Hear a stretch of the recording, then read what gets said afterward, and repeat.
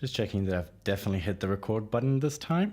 Well done. I think you have. I can see the levels going up and down. Hooray. So we can be voices in the dark rather than just dark. No voices. I'm John. I'm Andrea. We are voices in the dark. We are learning how to human, and we're doing more stoicism. Long silence. No, I thought there was more coming. No. It just looked so I was filled with stoic intent. Yeah. This is the next installment, and it's boringly entitled Letter 42 on Values, but I think this is about power and corruption and whether the things that you own, they end up owning you. Fight Club reference there for those not getting it. And also, it's about Seneca being a bit of a little bitch because he doesn't like it when Lucilius starts hanging out with other people. No. He's a bit jealous. Thought it was quite funny, really. Yeah, it's just like, oh, so, I mean, we'll get to it, but essentially he's like, oh, so you've got a new friend. I don't like him. And then the rest of the letter is for like, and another thing. He can't sit with us. So, we've started recording moderately successfully so far, hence the audio thing that we mentioned. Some Ask Andrea videos that should also appear in audio form for those just listening on the iTunes or whatever other podcast feed. One about the nature of how can it be that there is no truth, which you keep insisting is the case on the podcast. If you want to hear the answer and pose your own questions, if you want a direct response, making those short video responses, head over to facebook.com/vinthed, and you can go from there to the discussion group segment and talk to us directly. Boom. Quite fun. I want to do more. Yes, more. You get to rant and tell other people how to live their lives. It's like what I was made for. Finally, you're becoming, like we said in the last episode, you're becoming the truest, deepest version of yourself. Yeah. I always knew I was enabling you. So, and thanks to the last letter, I've discovered I'm God. So now, yeah, so I've got no one to answer to. No one but yourself. Exactly. So if you wake up weeping, perhaps it's gone slightly wrong. But if not, then everything's fine. Everything's fine. If you want to check out the show notes, people, the website is voicesinthedark.world. If you want to hit us up on the socials, Facebook I mentioned. We're on Instagram at vinthed.pod, which is growing rather nicely. I'm quite enjoying the Instagram still, which surprises me, surprises myself. And if you would like to go one step further and back us on Patreon, we will love you long time, put a big smile on our faces. You can do the equivalent of buying us a coffee or a pint a month. It can be $1 a month, and you get access to the Patreon-only content stuff. And you just get the satisfaction of being able to help your support podcast, the local arts. The local arts, that's us. And allow us to feed ourselves, or at least have a pint now and then. So thank you for the people who do support us on Patreon. And if you don't have the money to spare, thank you for listening anyway. If you can recommend us to a friend or give us a nice review over on iTunes, we would really appreciate it. Thank you. Moving on. On to values, I guess. Yeah, on to values. I'm waiting for either some of the caffeine that I've been imbibing, the nicotine, to hit and like take me up, or the codeine just to level me the fuck out. And for those of you that have been listening diligently, like I said a few episodes ago, fuck knows when it was, I'm just ill now. I haven't been ill for a month, but we're still pounding through the episodes because I want us to make these and share them with you. Is that a poor man's speedball? Like a glass of Coke to down your codeine? Yeah, like Coca-Cola Coke. Yeah. And then down my cocodamol. Well, hopefully it will leave me in a better mood than Seneca, because so Lucilius has basically said, so Senzi, what do you call him? Senzi? Senny boy. I've met this new guy and he's really cool. You know, you're in these scenarios where like maybe your best friend or someone you care about, and they're like, I've met this amazing new guy, he's so amazing. You're like, what? What do you say? What's so cool about this guy? What are you saying? He's the coolest person I know. You're like, what? I thought I was the coolest person that you knew. Seneca's not happy. So Seneca says, Has that friend of yours already made you believe that he is a good man? And yet it is impossible in so short a time for one either to become good or be known as such. Yes. And he makes the distinction. I like that. So, I mean, becoming, I guess the idea being that within the space of time that Lucilius got to know this guy, he couldn't possibly have become good from not being so. Is that what the first one is trying to say? I think that he's saying that I think it must be a young man. So he can't be like that good because he hasn't worked on himself sufficiently. But also, it hasn't been long enough for there to sort of been, the testing of it, that you need to be consistent for long enough that other people around you are like, that's a good man. Was that not what you were thinking it was? I wasn't 100% sure. Because he makes the distinction between the former and the latter afterwards. Saying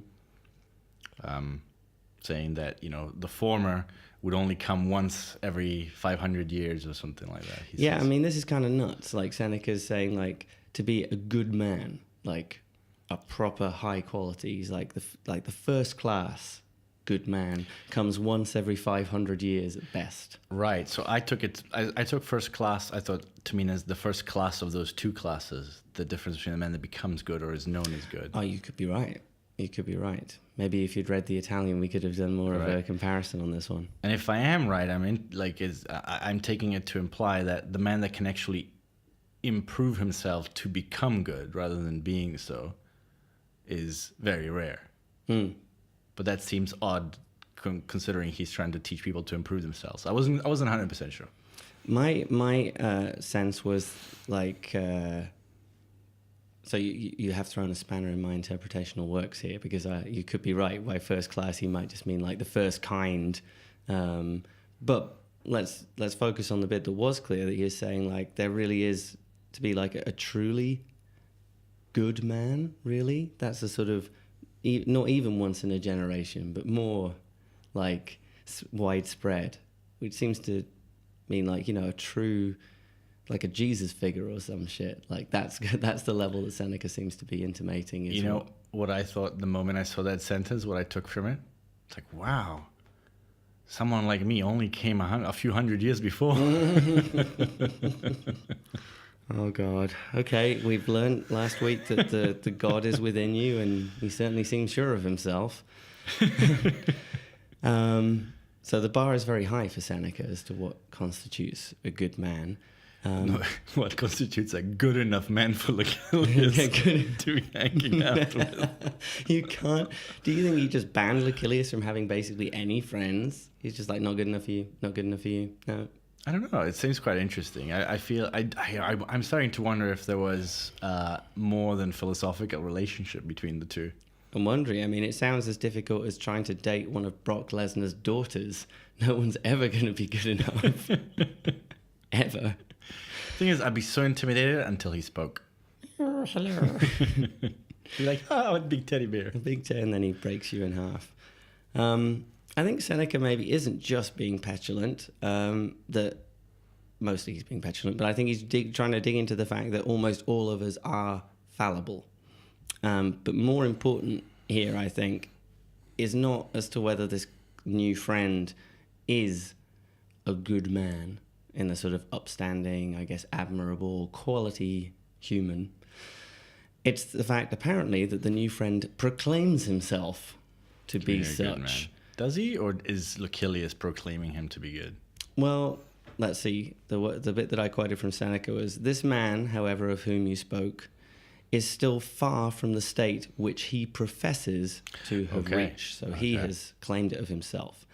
And if he knew what it meant to be a good man, he would not yet believe himself such. Perhaps he would even despair of his ability to become good. So this is one of these things where going around trumpeting your achievements can be a big dick move. It's not good from the laws of power perspective, saying, I'm amazing. But I think it's also very different to draw a distinction here first between, I don't think you should just not ever say anything good about yourself. It's different to say, I have done this and I have done that, as opposed to saying that you have a certain level of virtue or personal achievement in yourself. I am a great man rather than I did this thing. Yeah, there's no way to say that without sounding like a dick. Yeah, like a dick. No matter who said it. And an insecure dick. As I put it in my notes here, masters don't have to proclaim themselves to be masters, which is a big theme in Robert Greene's book, Mastery. They are proclaimed as such by other people. The same way a leader who feels the need to go, I'm the leader, is not in the best position as a leader. You are a leader because people want to follow you.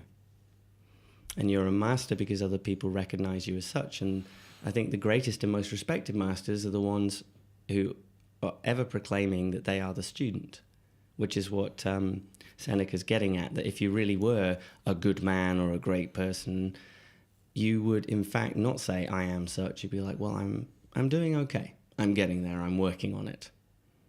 At least then you still have some perspective.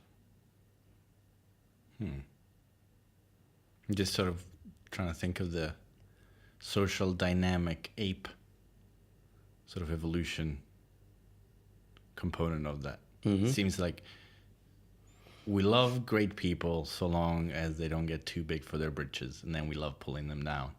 It seems to be built in. Yeah. I'm wondering why. My first thought was that it's because if you don't check the powerful, they tend to not have feedback from the real world to tell them, no, you can't do whatever you want. And inevitably, maybe they go to dark places. I mean, this is where the letter ends up leading about whether power corrupts. So I think that's the thing that's going to come back very shortly. Seneca, first of all, goes a bit kind of back and forth with the imagined protestations from Lucilius. So this is Seneca, and he's like, but, you say, he thinks ill of evil men. Well, so do evil men themselves, and there is no worse penalty for vice than the fact that it is dissatisfied with itself and all its fellows. Well, I don't really agree with this bit. I don't think that evil people think that they're evil. I think that Seneca's claiming that. Maybe like they're deeply unhappy if they're doing evil deeds, but I don't think they consider their actions to be evil. I think it's more like this really cool line in an episode of House that I was rewatching recently, where somebody says to House, oh, but he thought he was doing the right thing, even though it went very badly. And House is like, obviously, that's the only reason anyone ever does anything. Yeah. See, I didn't take it as that. What I took from it, I didn't take that Lucilius was saying the evil men think that they're evil. I took it that he thinks that even those that are evil think badly of other evil people without knowing that they themselves are evil. Okay. You know, sort of a Hitler hates Stalin, regardless of whether he himself thinks he's a bad person. That sort of dynamic.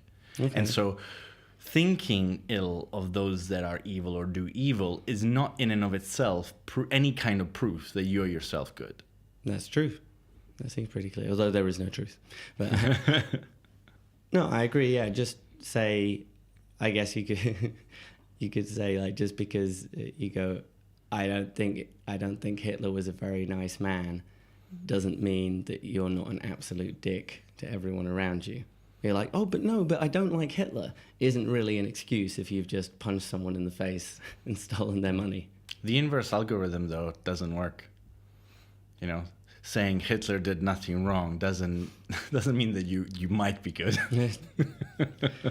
I think. It doesn't mean, perhaps. I don't think it means anything except that you probably got a pretty poor judgment both of character, morality, and of the idea that it is ever a good idea to say that. Yeah, he did plenty wrong. I mean, he overestimated the Russian invasion.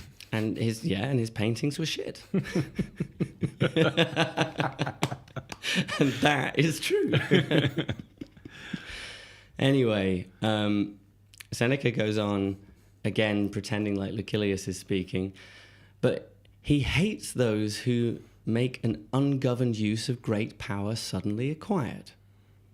I retort, says Seneca, that he will do the same thing as soon as he acquires the same powers. In the case of many men, their vices, being powerless, escape notice. Although, as soon as the persons in question have become satisfied with their own strengths, the vices will be no less daring than those which prosperity has already disclosed. These men simply lack the means whereby they may unfold their wickedness.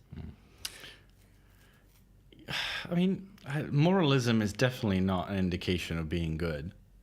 But at the same time, I feel judgment on Seneca's part. Like, he's clearly got a particularly broad, as far as I'm concerned, spectrum of what constitutes evil as well.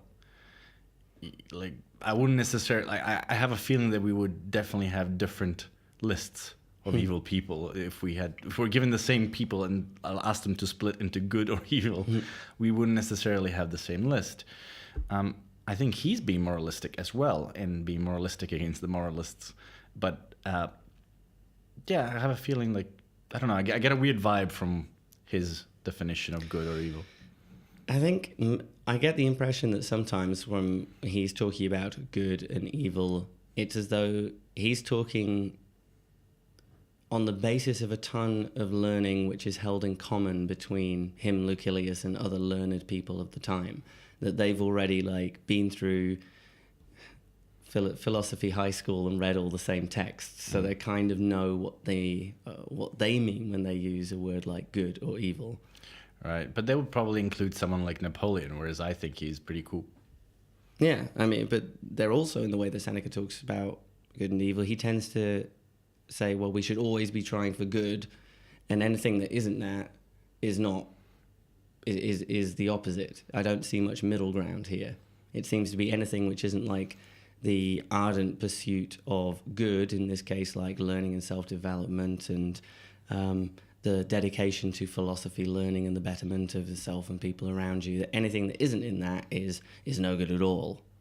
I think there's not much room for sort of the medium ground.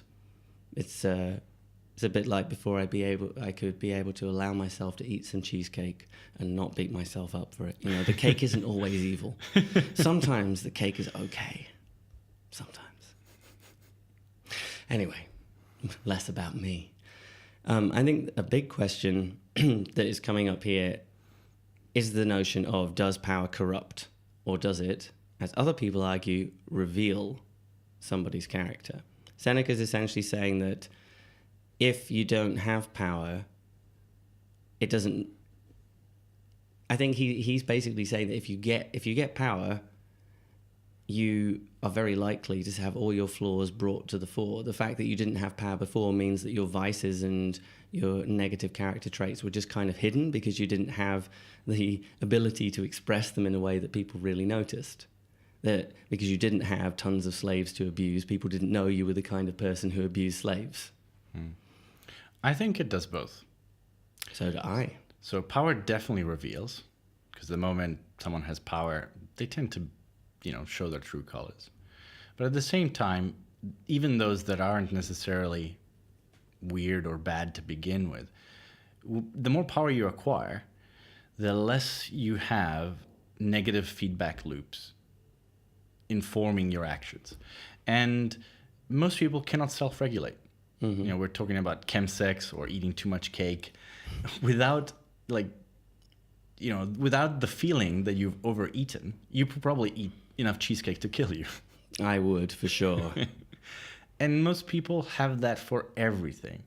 So if you slowly erode social cues because people respect or fear you based on your power, you will very, very slowly, if you're good, or very, very fast, if you're crap to begin with, edge towards doing unreasonable things. And we see this in the TV show Altered Carbon, where people that have lived over 200 or 300 years become monsters.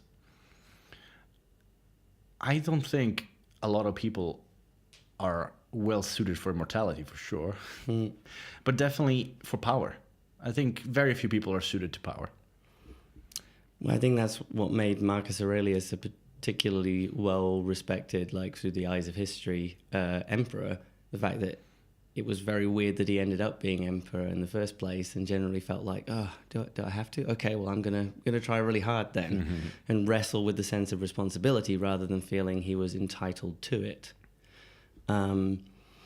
I agree with you that I think power both can corrupt and does reveal, but I think it can reveal a complexity of character that in the intensity of a power situation in which the stakes are so much raised means that just a little flaw that you might suddenly have vast consequences that it never would have before. That maybe that bit of like a bad temper or an intense a kind of a selfishness or greediness, that when the stakes are really low just meant that you shortchanged someone at the bakery, or you yelled at a stranger on the streets, instead meant you invaded an entire continent of your superpower, or you renege on some massive financial agreement with an ally and a war breaks out.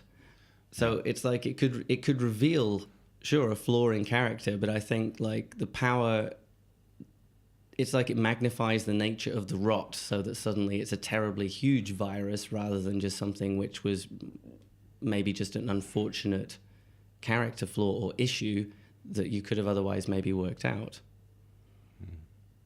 It's like, damn, I will kill everyone. Kill them all, burn them all. So I think the power can end up meaning that just the consequences can be so much greater for it. So to be ready to...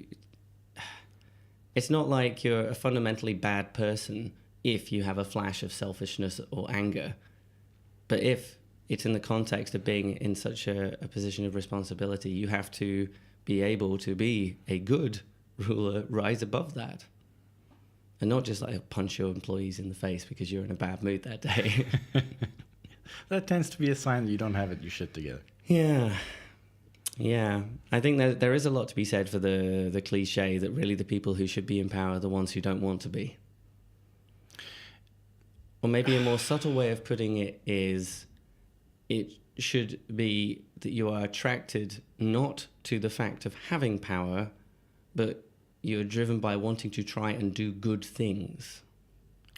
Ooh, danger. I don't think that necessarily... I mean, I'm pretty sure Hitler thought that and Stalin thought that. They were trying to do good for the... Yeah, and so did people who did do things that we would call good. So I'm saying it's not necessarily a good pre-qualifying... No, well, can we work it out in a way that's, because I think it's a bit too simple to just say, oh, only just elect someone who doesn't want to be president. Well, if they don't want it, they're maybe not going to do a good job either.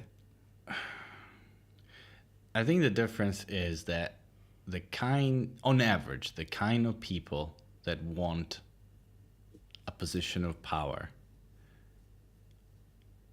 are assholes because they want it for personal gain. Well, I agree. So I was trying to find... Yeah, I'm trying to find the convert. Like, it's hard to have a rule against that, though. The whole... I think there was a fun... I recently read somewhere on Reddit, there's a novel about sort of leaders being picked by a lottery system or something. Mm-hmm. That sounds fun. Out of people that don't want to be or something like that. It is an interesting concept. But you're right. It could be a shithead anyway, even if they don't want to be a leader. Yeah, so it's not a guarantee. I mean, it's that sort of... It's the same kind of simple-mindedness of, if Trump smoked DMT, then everything would change. Probably not. But so when I think of this issue, I think of back when I was in Oxford, there's this thing called the union. And it's not like your regular student union where, you just have a nice bar, probably not a nice bar, but a bar and parties and shit. It was actually this debating club thing where it's set up like a mini Houses of Parliament. They have their silly little debates, and maybe for some people it's very stimulating and great practice at thinking and so on. It's also a place where there's like a committee made up of students that are voted in to put on a program of events and so on each term. What it is in microcosm essentially is mostly Tory shitheads who desperately are hoping to have a political career. This is where like Boris Johnson, David Cameron, all these other wankers were. And they got to play at being politicians before going on to do it. So for them, it's even just like it's a university game that just gets to continue, rah, rah, rah.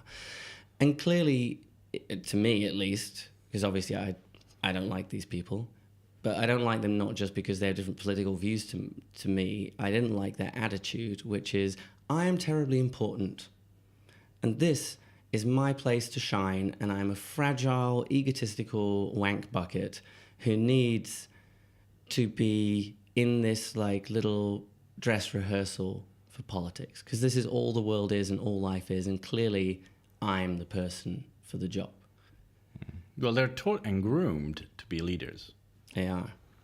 That's their place, you know, because they come from good families, and therefore it's sort of a very medieval way to look at things. The concept that the landed gentry has the responsibility to administer and lead the peasants and protect them from other neighboring noble assholes. The peasant in this situation, I don't like it. It's like they're in an echo chamber, which is actually a tunnel leading from their fancy country houses through fancy prep schools, through the Oxford Union, and into Westminster. And they don't have to go outside of that. Even if, like David Cameron, you fucked a dead pig's face. Except on their gap year. Except on their gap year, where they can fanny about a bit more. Then you can fuck a dead pig's face. Or a live one, I don't know. Yeah. I feel like a live one, well, definitely not the face if it's live. No, pigs are dangerous, man. Yeah, I don't know what the right solution to that is, because, yeah, I don't like most politicians that I've ever seen, and they are the kind of people that want to be politicians. At the same time, I think I'd be an amazing god emperor for the for the earth, or president, whichever you prefer. Titles are not important. Title schmeitels. But no, I don't know. Like, it might be arrogant for me to say, but I think I've got the right temperament to take on that burden. Do you? I could be wrong, but I feel like what I'm supposed to do is lead. Hmm. I don't know how else to explain it, but that would kind of, you know, disqualify me, right? It would, according to this. I don't know. So if I think of someone like who I think is a good leader, we talk about him a bunch, Aubrey Marcus. I think he also would say, and with more humility than you, that he sees his role as a leader, but understands that clearly that to be a leader is to actually give an important service to other people. It is performing something which is useful to other people that they willingly want to make use of. They choose to follow you because you are providing the service of being a leader. I don't disagree with that. Yeah, I think it's often not thought about that way, but I think that's where it works as a healthy dynamic. And that's where, like, so even taking into account all the stuff we were just saying about how we don't like the landed gentry, but, like, the Queen has kind of got that psychology insofar as we can tell from the things that she said, that she's considered her entire life to be dedicated to service, like performing this role. And whilst we might go, oh, it's all very well to call it service and so hard and all you have to do is snip some ribbons, but it's not like she's actually had a life of her choosing in any real way. I met her when I was 18. She came to New Zealand. To see you. To see me. To basically say hello to the local landed gentry. Did a little bit of a tour. She used to do a tour of the Commonwealth semi-regularly, go around and stuff. Yeah. Make sure that they get a little pat on the back so they stay happy. Hello. But yeah, it was funny. Like, it was quite amusing. I was pouring sparkling wine of some kind, champagne or bubbly or something, to her guests. She didn't drink. She doesn't drink when she does those kinds of things. So she has to go around and kind of nod and smile and. She drinks secretly. Yeah, she secretly drinks. But whilst her husband was kind of taking a sip of something, she was completely off the drink during that, which I observed her, so I thought was interesting. But the part that amuses me the most to this day, I still remember thinking, I was holding this really large, heavy bottle, and I thought, she's pretty close. Close enough that I could whack her over the head with this. You almost killed the Queen. Well, I thought about the I thought about how easy it might have been. You know, it's not Game of Thrones, and you wouldn't become the monarch by doing that. Damn it. That's not how it works. Shit. I didn't want to whack her over the top of the head, but I thought it was interesting that I was allowed to be that close. Anyway. You can they cut her head off and sew a kiwi's head onto it. No, it would be her symbol right? Okay, It was so a just a- corgi. Okay. Corgi's head sewed on. And you're like, I'm nearly done. Philip doesn't care. He's just still chugging back the champagne. Okay, well, I was going to say thanks Sorry. for not killing the queen, but I don't mind, either way. She seemed lovely. I like the stories of her, like she's up in the Scottish countryside. She just goes bombing around in a Land Rover, doing her own thing, doesn't give a fuck. I assume with a security detail, but maybe not. I think they should give her a monster truck. Yeah, for those who haven't seen it, maybe I'll try and put it in the show notes of the video of the opening ceremony of the London Olympics, where they have a whole sequence we watched it again the other day, where James Bond, Daniel Craig, is meant to go into the palace and get the Queen, and then they make a helicopter parachute entrance into the Olympics. So obviously Her Madge isn't doing the jumping, but in the previously filmed bit of Bond in there, it's like, Mom? And she turns around, like across the nation watching this, we're like, that looks a lot like, that is the Queen. And she's totally playing this role with a panache. In fact, you told me that she ad-libbed. So she was supposed to turn around when Daniel Craig walked in, but instead she continued to finish her letter and then put her pen down and turned around, which confused, like, he was genuinely like, what's going on? She's got the power, baby. So, anyway, power corrupting, revealing. It sounds complex. Who should be leaders? I'm not sure. Maybe, I don't know. I think you may have disqualified yourself by saying, I definitely would be a great leader. Maybe it would be better to be like, I feel like I have the qualities that could make a good leader, and I would try very hard to do it. Yes, I mean, there's no predicting whether or not I would bring humanity to extinction or to its highest highs ahead of time. But it's something I connect to very deeply during any kind of spiritual experience. This is what you're here for. I think it could be a powerful thing to think of it as that kind of service aspect. Because I think maybe for you there is a tension between wanting that sense of the leadership role, but feeling it is in conflict with running around trying to help lots of people to little avail sometimes, where they are part of one whole but need to fit together appropriately.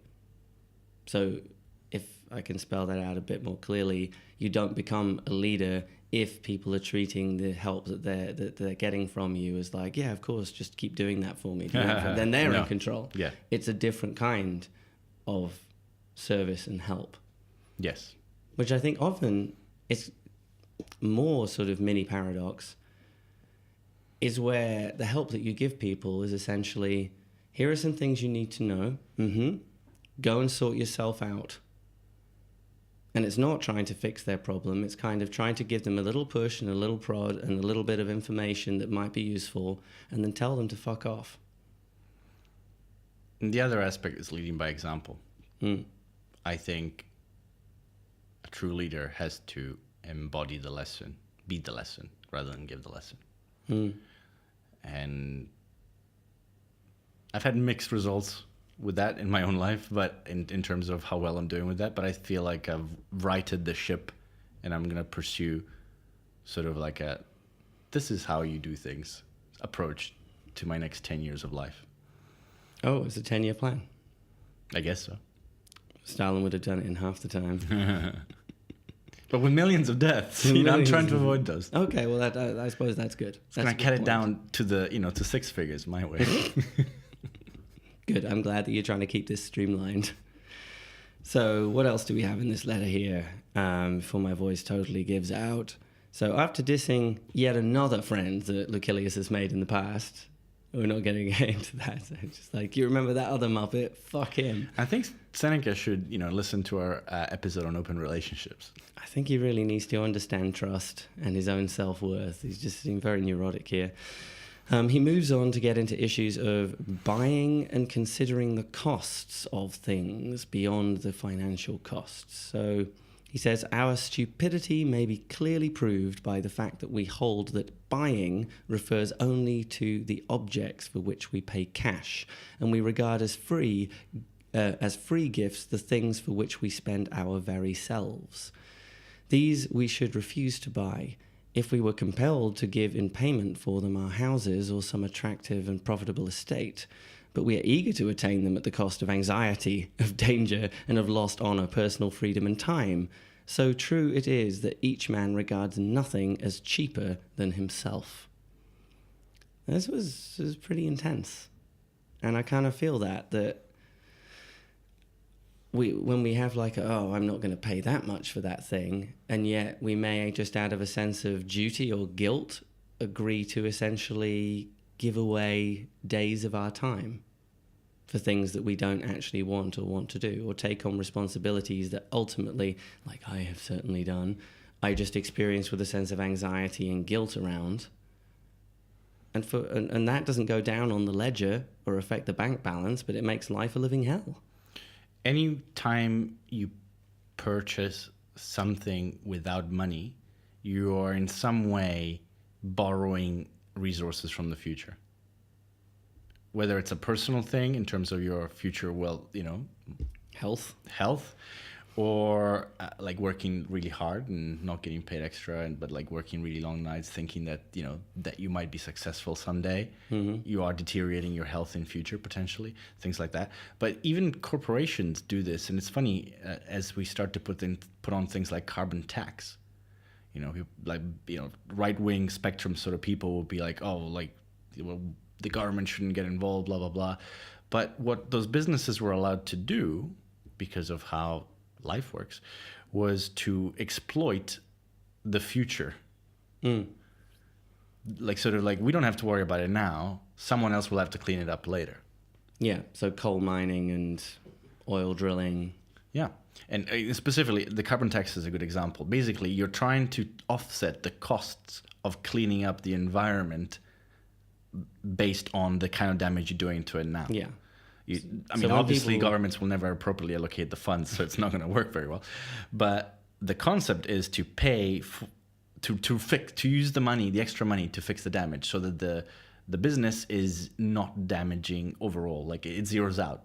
Yeah, because otherwise the bill is ultimately footed by us living in a totally fucked up world, but whereas the company, the people who got rich in those companies, in their nicely, carefully air-conditioned, pollution-free environments, going, well, it's not our problem.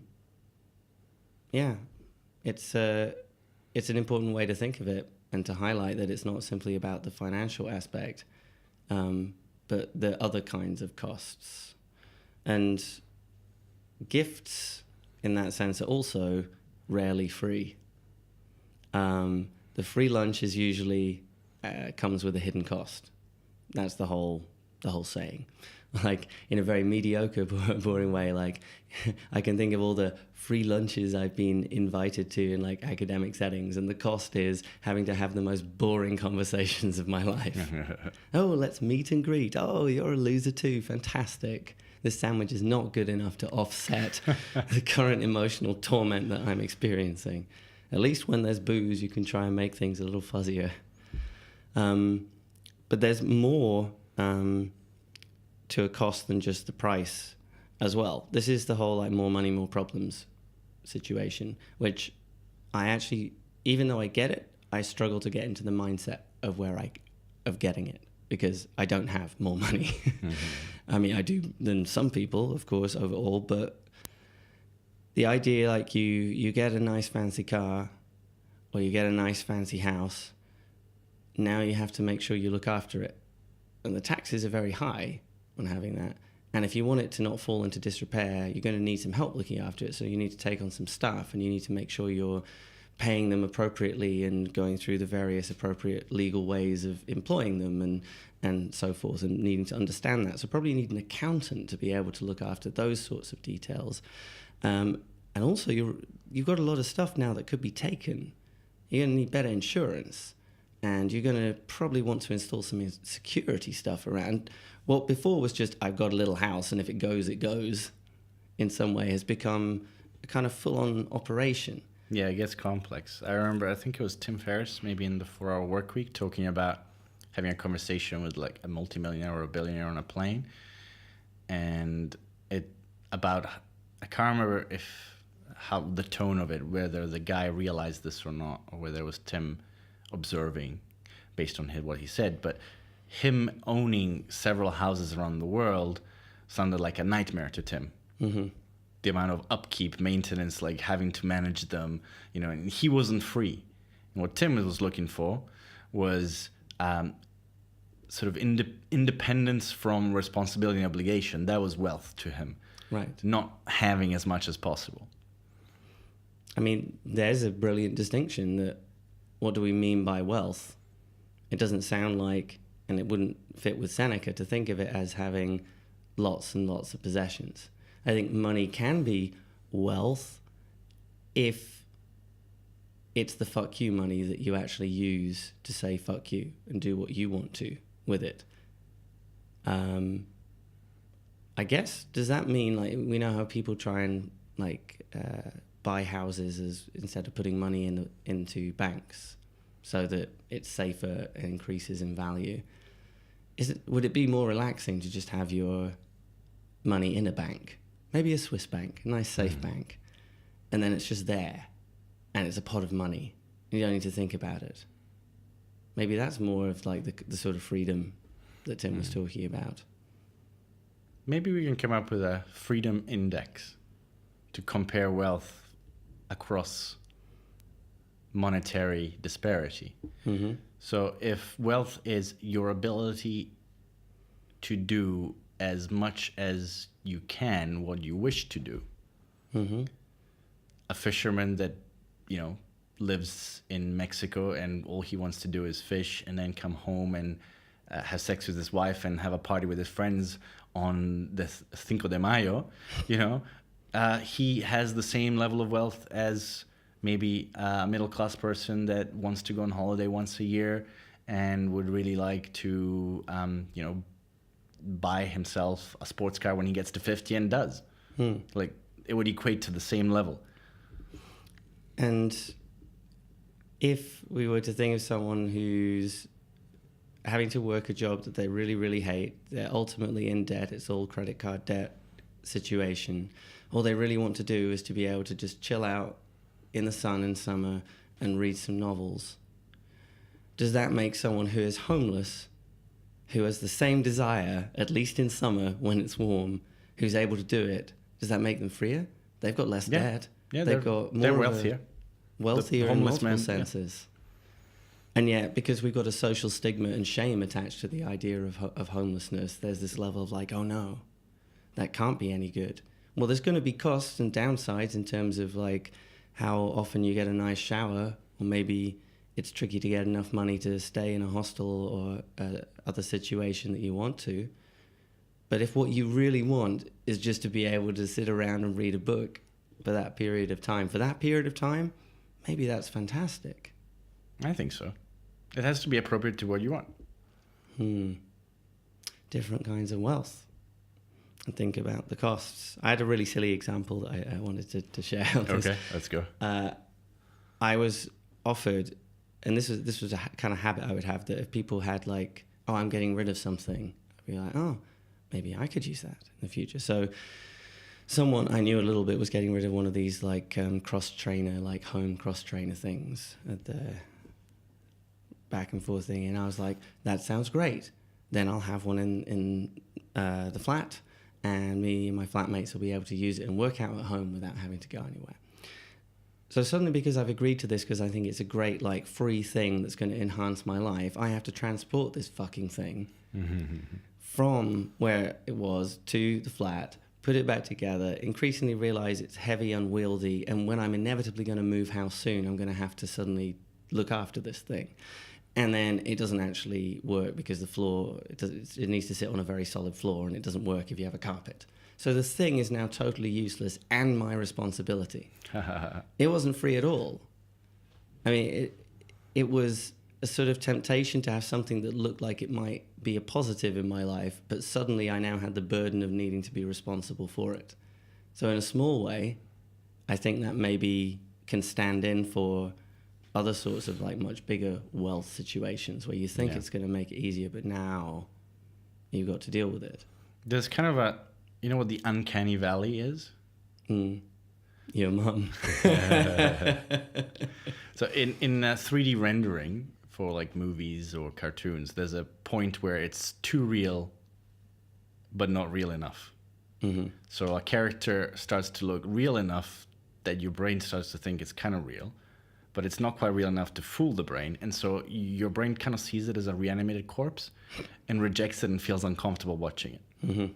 We're starting to kind of bridge through that a little bit through computer technology, but there was a period in movie making history where people were watching movies and thinking, this looks just terrible. And they couldn't put their finger on it. I think, where was I going with this? I was thinking about the uncanny valley for something else. My exercise bike being a thing. That's the last I was... Oh, okay. So there's kind of like a weird point where having more is detrimental until you get past a certain point, and then you're fine again. Which is when you can essentially outsource responsibility to other people, because you have enough wealth that like, oh my god, I have to worry about this house. No, someone else is gonna have to worry about this house. You appoint a house manager. Yeah. Kind of thing. Well, I guess there's this weird gap in wealth. But it's like with tax brackets, like we, not on the show, but we were talking about the other day, that where you can go, if you put in, there's little calculators, at least for the UK, but I guess for the US and other countries too, where you say, this is what like the gross salary is that I'm going to be paid in my job. What is my actual monthly take home? And then it takes into account all of the taxes and so on you'll have to pay. And so you can go, okay, I'm going to get a 5K raise. Sounds awesome. Put it in. It's like, I get £100 a month more? Is that it? Because of the way the different tax brackets work, as well as the way that we abstract from like, 5,000 as though it's in our hand rather than in 12 payments which are taxed. And I think that's also a level that you think that the breakthrough point to a greater sense of freedom is closer than it is. So I think I want to know what's the measure, what's fuck you money. But the crucial thing then is if you have the fuck you money is to say fuck you and have the house manager. They did some tests that show that money does buy happiness up until about $70,000 a year. Yeah. And then it doesn't really matter. I think there's another bracket above. That I don't give a fuck. Probably between 70,000 and 300,000. It's not that great. But once you get past 300,000 a year, I think, roughly. I think once you're in the position where you're like Lewis Hamilton, I don't know why I'm thinking of him, F1 champion, where you're like, okay, so wherever I go, I want to stay in this incredible hotel suite and there has to be a grand Steinway piano in it, and it just happens for you because you're that rich. And by the way, you fly there on your private jet. You know, everything is available to him at that level of wealth. Yeah. I don't know if he feels it. I mean, maybe he does because he came from a quite poor background. Like his dad worked his ass off to be able for Lewis to learn karting and poured most of the money that he made into supporting his son's career. So maybe, I hope he remembers where he came from, yo. But I don't know if it's still more money, more problems, because he's now existing in spheres where there are people of such wealth and even greater wealth. And does he feel the freedom because he has his private jet, yet also knows that he's only as good as his last race result? Or that he has so many like media responsibilities and commitments that he doesn't feel he has any time to himself or space to have a relationship? I mean, we're masterful at making ourselves unhappy. I'd like the chance. Yeah, I think I'd do pretty well. I'll take the chance, private jet, whatever. Media wants to talk to me, no problem. Hook you up. So, Lewis, if you want a timeout, I'm here. You can drive the car. I'm not going to try and drive the car. So, we should... I had the last one here. Like, on the whole thing of a gift rarely being free, I think there can be. There's certainly, if I give a gift to a friend, it's a gift. And I also have got to a stage that I'm quite happy about where if my friend doesn't like the gift, that's okay. Because the point was that I wanted to give them something that I hoped that they would like. And if they don't, I think regifting to someone who hopefully does is good. Just pass it on to hopefully it finds a home where it's appreciated. You know, unless it's my heart. It's very stoic of you. But that sense of obligation that can come into it where you've been given a gift and someone clearly wants something in return, a big troubling element when it comes to pickup culture and nice guys. So go, if you haven't listened to that episode on nice guys in the Sex and Relationship series, where the gifts they're giving are not free at all. Mm-mm. They want sex on the other side of it. It's a transaction. They don't realize, well, maybe they do realize. I don't know, but there's that whole, but I did this, and now obviously why aren't you giving me sex? Why would you have accepted me paying, why didn't you refuse me paying for dinner if you weren't going to have sex? What are you talking about? You bought me dinner. That doesn't mean you get in me. I'm trying to think about that. Yes, and I mean, it's got to be a limit, right? If a girl or boy allows you to take them on like 20 dates and buy them a meal each and every time, and it's clear that you're romantically interested, but then they go like, how dare you think this is going to go anywhere? Then they're a bit of an asshole. They are being a bit of an asshole if it's like a how dare you think. I think it's still always legitimate to be like, I don't want to. But there's also like it's kind of tread carefully territory, but there are certain things that give the implication of future consent. Yes, we're about to consent. Still want to do a whole episode on this. It can, but also you can always change your mind. And I don't mean like after and say, oh, I don't mean like if you actively say like, yes, I'm into this, I want it, and then say I didn't mean it. But I mean, if you've not got to the yes, I want this situation, you can like get to a certain level. Like if you're on a date, or maybe you go back to someone's room and you maybe start making out, and then you just kind of go, you know what, I'm not really into this after all. No, that's perfectly fine. But intentionally stringing someone along because they'll buy you heaps of meals, that's a bit shitty. It is a bit shitty, but there's the whole sugar daddy mentality thing that maybe people. If someone's your sugar daddy, you have to put out. Well, I guess that's the agreement. It's probably contractual, but some people get off on paying out the money. Some people get off on being rejected. Really? Yeah, they do. Yes, actually, you can have a job, maybe not you specifically, but I've heard this, of being paid to professionally ignore people. So it's like a humiliation thing. Why wouldn't the career advisors give you this as an option? Maybe they knew you weren't up to the job. You'd always cave and be like, what do you want? But yeah, like it's like a kinky thing where like the guy who's paying will call the woman. This is the story as I heard it, this particular case. And she'll be like, and then just put the phone to the side and just go about her day and ignore him. And he's like super turned on by this. Like, oh, she's there and she's totally ignoring me. Oh, I love it. Many hundreds of dollars, maybe thousands. We need to quit podcasting. Fuck this. I don't know what to say. I think I'm out of words. I've blown your mind. So Seneca tells us be skeptical before accepting or taking on new material things. He says, let us therefore act in all our plans and conduct just as we are accustomed to act whenever we approach a huckster who has certain wares for sale. Let us see how much we must pay for that which we crave. Very often the things that cost nothing cost us the most heavily. In other ways. So let's be skeptical. Someone says, we got this great opportunity for you, sounds cool. What's the actual costs?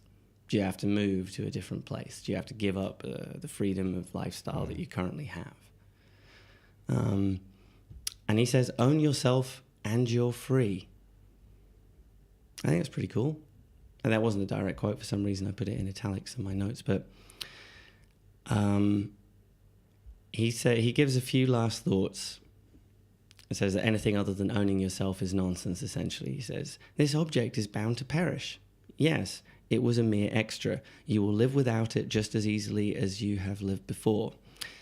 If you have possessed it for a long time, you lose it after you had your fill of it.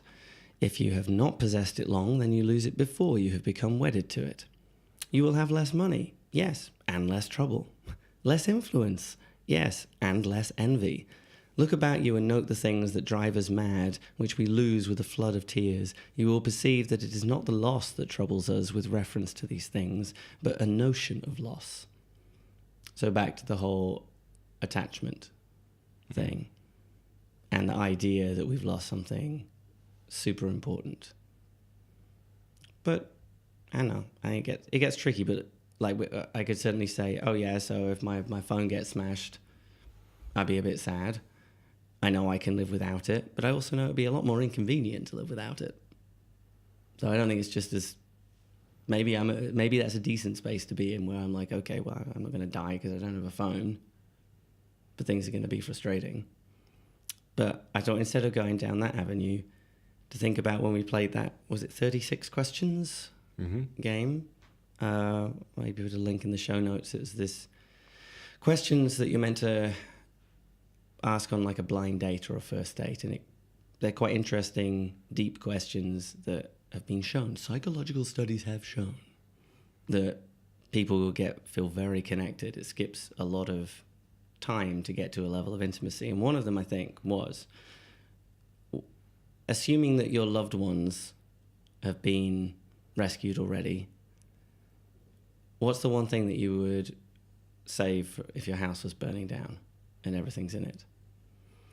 And I think maybe both of us, or I think I at least said, well, my laptop, but I also know, that's replaceable.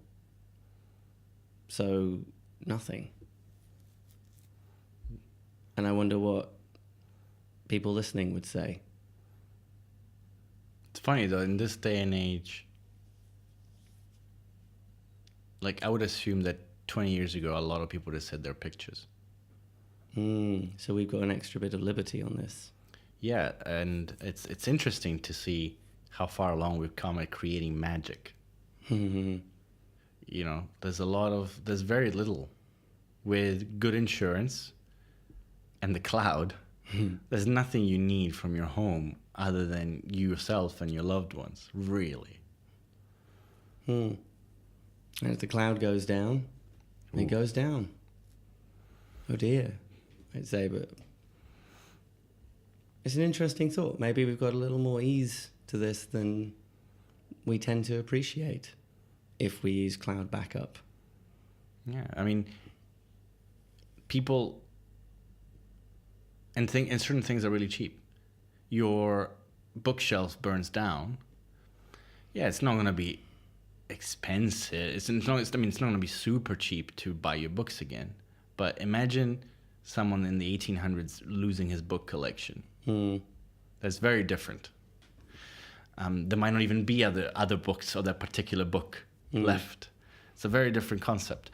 Or, mementos that you're like, if anyone's got heirlooms, Yeah, I think it concentrates the mind, that question, on objects of emotional resonance that have mana, I guess. And I think what I ended up thinking of to revise my answer would be, if it was like flat in Edinburgh, I would go in and get an Alexander McQueen scarf, which Jamie, it's his, and it means a lot to him. He was inspired to study fashion at all after he first encountered McQueen's work. And if I had the opportunity to save one thing from that room, I would get that, because I know it's important to him. But it's not because it's worth tons of stuff, it's that it has emotional resonance. Yeah. And I guess that's in part what Seneca's getting at, even though he didn't have cloud backup, is the point that what matters is the emotional resonance of it, and we can become the slave of that emotional resonance. Maybe in some ways cloud stuff allows us to... I don't know how to express this. It's like it's doing the opposite of what you would expect, because it is about like modernity and having everything at your fingertips, but because it's virtualized, it's sort of free from the weight of the materialness of it. I think there's many ways in which technology will free us soon. It's kind of starting to happen. And some people will take a while to get there, but those that are more enlightened will sort of realize that it's about almost not using it, but the freedom, the mental freedom of not being tied to certain things. And I think we're getting to that point, the invention of magic, I call it. we're starting to see it, and it's going to be completely revolutionary. I mean, little things like thinking, oh, I really like, what was that song again? I'd love to hear it one more time. It was playing that time 10 years ago when we met, kind of thing, and being able to find it and play it instantly. You know, those kinds of, like, you can't even put them into words type of experiences that would require, like, if you were trying to talk to someone 100 years ago, they would write a story about magic to try and, you know, convey that. But we've created magic. Well done. Let's pat ourselves on the back. You're right. Interesting. I didn't anticipate this episode going in this direction, but I like the direction or the place we've ended up here. And I have one final thought about it, which is that I don't know if it's as black and white, this issue of like things owning you, as Seneca's making out, because I think there may well be costs in possessing certain material things. But I think in quite a bunch of cases, the costs are worth it. I'm not saying that you should be enslaved by it, but at the same time, like, having that bulky heirloom feels good and feels like a nice line of continuity connecting you with the people who came before you, feeling like you have a little bit of place and anchorage and maybe a bit of stewardship of something that's been handed down through that time. And although I've got rid of literally thousands of books in recent years, there are some that I hold on to because I want, if ever I end up in a place for long enough to do it at this point, there are some books that are important to me that I want with me. They also have mana, I think, those particular books and the particular copies that I read. Yeah. So I think maybe the trick here is not to be detached, to value things, but to then also, like, to not then take valuing something down the sort of path of wrapping your self-worth or identity around it. You know, losing those books doesn't make you less of a person in any way. It doesn't destroy the universe. You're still alive. You're still able to enjoy life. But it sucks. It does suck. Yeah. It's okay to be sad about it, but not okay to have a mental breakdown about it. Yeah. I think good. I think you solved it. And I lied. I have one final other thought about the whole, like, own yourself and you're free. And I thought you just need to be like a cat, essentially. Just be like Ned the cat. You're just like catting. Own yourself. Does his own thing. Doesn't give a fuck. Yeah. Just doing whatever he wants. Cats seem very free. So that was the end of that episode of Seneca. So maybe this time we just sign off and say, be a cat. Be a cat. I guess you could be silly. You probably can't be kind if you're a cat because they're quite be silly, be kitty, be weird. Yeah, okay. Okay. Bye.